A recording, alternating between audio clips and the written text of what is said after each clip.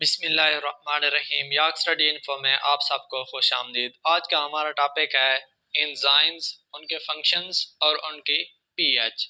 तो चलिए स्टार्ट करते हैं आज की वीडियो। सबसे पहला एंजाइम क्या है? पेप्सिन। पेप्सिन का फंक्शन क्या है? डाइजेशन ऑफ प्रोटीन, प्रोटीन को डाइजेस्ट करता है। उसके बाद सक्रेज का क्या फंक्शन है? Hydrolysis of sucrose. उसके बाद इंटेरोकाइनेज, उसका फंक्शन है एक्टिवेशन ऑफ ट्रिप्सिनोजन। उसके बाद स्लेवरी अमाइलेज, उसका फंक्शन है डाइजेशन ऑफ कार्बोहाइड्रेट्स। उसके बाद कैटालेज, कैटालेज हो गया decomposition of hydrogen peroxide. Chymotrypsin, chymotrypsin involved in proteolysis. उसके बाद आ जाता है pancreatic lipase, hydrolysis of fats. उसके बाद arginase, catalysis of arginine into urea, जो कि यूरिया साइकिल में होता है।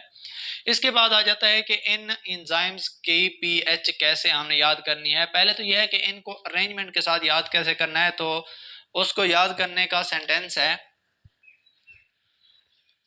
प्राइमरी स्कूल,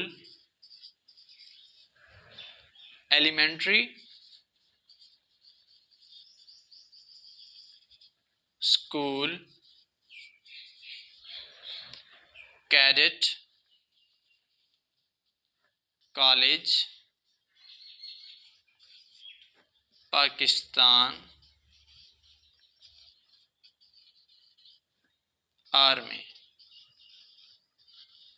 तो इसका सेंटेंस है primary school, elementary school, cadet college, Pakistan army. तो कैसे हो गया? Pepsin, primary, sucrase, school, elementary, enterokinase, salivary amylase, school, catalase, cadet, chymotrypsin, college, pancreatic lipase, Pakistan, arginase army. तो इस तरह आपने इस सेंटेंस को याद कर लेना है, तो आपके ये एंजाइम्स अरेंजमेंट के साथ याद हो जाएंगे। इसके बाद आ जाता है मामला के पीएच को कैसे याद करना है। तो ये अरेंजमेंट के साथ दी हुई है, इनको आप आसानी से याद कर सकते हैं। पहले 2 है पीएच, उसके बाद 4.5, 5.5, 6.8, 7.6, 7 to 8, 9 एंड 9.70। तो इनको आप आसानी से आप याद कर सकते हैं। पहले आपको ये एंजाइम्स अरेंजमेंट के साथ याद होने चाहिए ताकि आप इनकी पीएच को आसानी से याद कर सकें। तो ये एंजाइम्स, उनके फंक्शन और उनकी पीएच हो गए। अब आपको यहाँ से आने वाला कोई भी एमसीक्यू मुश्किल नहीं लगेगा, आप आसानी से उसको हल कर लेंगे।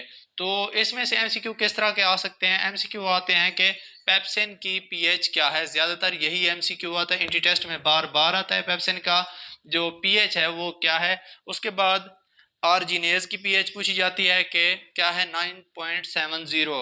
उसके बाद किस तरह के एमसीक्यू आ सकते हैं? आपको 4 एंजाइम्स दिए होंगे, उसके बाद पूछा होगा सबसे कम पीएच किस एंजाइम की है। उसके बाद ये भी पूछा जा सकता है कि किस एंजाइम की पीएच ज़्यादा है। उसके बाद ये पूछा जा सकता है कि किस एंजाइम की पीएच एसिडिक है और कौन सा एंजाइम जो है वो बेसिक है। तो इससे आप अंदाज़ा लगा सकते हैं कि इसकी 2 पीएच है तो ये सबसे ज़्यादा एसिडिक है, इसकी 9.70 है तो ये ज़्यादा बेसिक है। तो इस तरीके से आप एमसीक्यू हल कर सकते हैं एंजाइम्स, फंक्शंस और उनकी पीएच से आने वाले किसी भी एमसीक्यू को आप आसानी से आप हल कर सकते हैं। तो मिलते हैं नई वीडियो में। अल्लाह।